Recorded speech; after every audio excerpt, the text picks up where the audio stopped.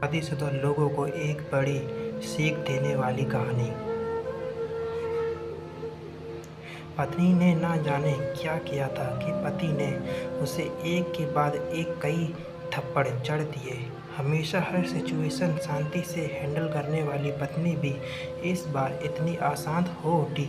उसने अपनी चप्पल ही निकाल कर पति की ओर दे फेंकी। चप्पल पति के बालों को छूते हुए निकल गई। यह किस्सा यहीं पर ख़त्म हो सकता था, मगर पति ने इस अपनी मर्दांगी का विषय बना लिया और बात बद से बदतर होती चली गई। रिश्तेदारों ने भी आग में घी का काम किया। किसी ने कहा, जो औरत अपने पति को चप्पल से मार सकती है वो नहीं तो वफादार हो सकती है और नहीं प्रतिबद्धता। ऐसी औरत परिवार नहीं पूरे समाज पर कलंक की तरह है। बीवी के पक्ष वाले कहाँ पीछे रहने वाले थे। किसी ने कहा, 21वीं सदी में भी जो स्त्री के साथ मारपीट करते हैं उन्हें तो जेल भेज देना चाहिए। तो कोई कहता, जरूर उसको कोई और पसंद आ गई होगी, इसलिए अब पत्नी से मारपीट करने लगा है। बात कोर्ट तक पहुंच गई। दोनों पक्षों ने एक दूसरे के खिलाफ केस फाइल कर दिया। पति ने चरित्रहीन होने का तो पत्नी ने दहेज और शारीरिक उत्पीड़न का आरोप लगा दिया। 2 वर्ष से अधिक समय के लिए केस चला था। इन 2 वर्ष के दौरान दोनों पति पत्नी अलग अलग रहे थे। आखिरकार वही हुआ जो सब चाहते थे, डाइवोर्स। हर कोई खुश था, दोनों पक्षों के रिश्तेदार, उनके माता पिता और दोनों के वकील। लेकिन 5 साल के सुखद शादी से एक सुंदर बेटी होने के बाद मिले इस डाइवोर्स से पत्नी मुक्त थी और पति शांत। शायद एक इत्तेफाक ही था कि इस खुशी को मानने के लिए दोनों पक्ष के लोग एक ही चाय की टपरी पर बैठे आमने सामने। इत्तेफाक इसलिए क्योंकि ज़्यादातर लोग जो एक दूसरे के विरोध पक्ष को सपोर्ट कर रहे थे वह एक दूसरे को अच्छे से जानते भी नहीं थे। पति पत्नी भी इन सभी से दूर एक दूसरे के सामने मेज पर बैठे। पत्नी ने पति से कहा, अब तो खुश होंगे ना, तुम्हारे मन की जो हुई है मुबारक हो, तुम भी जो आज जीत गई हो। मुझसे तलाक तो तुम्हें भी मिल गया, कॉन्ग्रेचुलेशन टू यू। पति ने कहा, तलाक को तुम जीत का प्रतीक समझते हो? पत्नी ने पूछा। पति चुप रहा। थोड़ी देर की शांति के बाद पति ने कहा, मुझे तुम्हें 5 लाख रुपए अभी और हर महीने 8,000 देने का आदेश है। अभी मेरे पास पैसे नहीं है, इसलिए हमारा मतलब मेरा जो सिटी में फ्लैट है उसे तुम्हारे नाम कर देता हूँ। पत्नी बोले, लेकिन उस फ्लैट की कीमत 18 लाख की है। हाँ, लेकिन हमारी बेटी तुम्हारे साथ और आगे जाके उसके खर्चे भी बढ़ेंगे, तुम्हें थोड़ी आसानी होगी। पति ने कहा, नहीं नहीं, मुझे सिर्फ 5 लाख ही देना और तुम हर महीने 8,000 तो देने ही वाले हो, मैं मैनेज कर लूँगी। अगर 5 लाख नहीं है तब भी कोई बात नहीं, पत्नी बोली।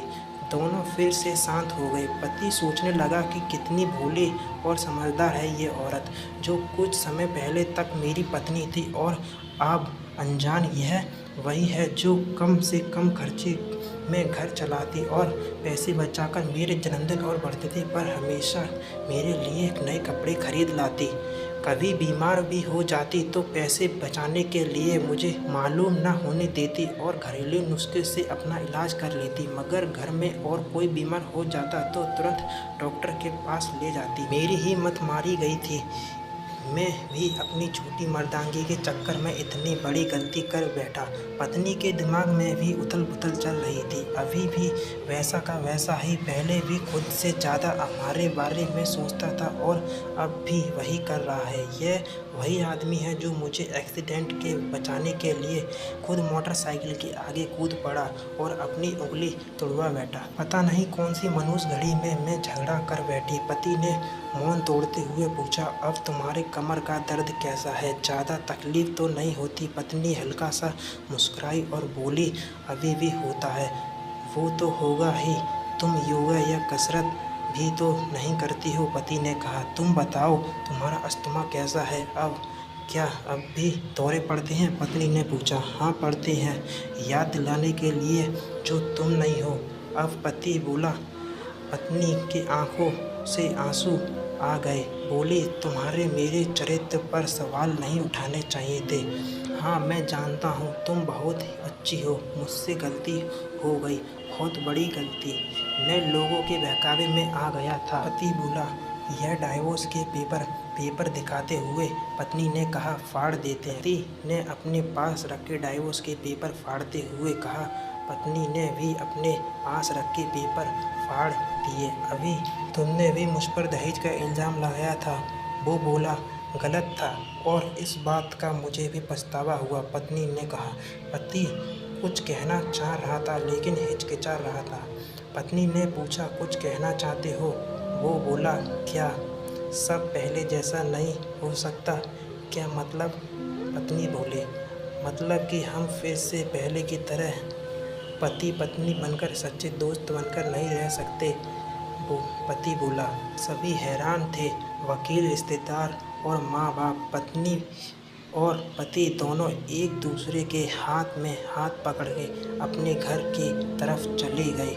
दोस्तों, यह कहानी उन हर पति पत्नी के लिए बड़ी सीख है जो छोटी छोटी बातों पर लड़ते हैं और इन झगड़ों को बड़ा बना के अलग होने का डिसीजन लेते हैं।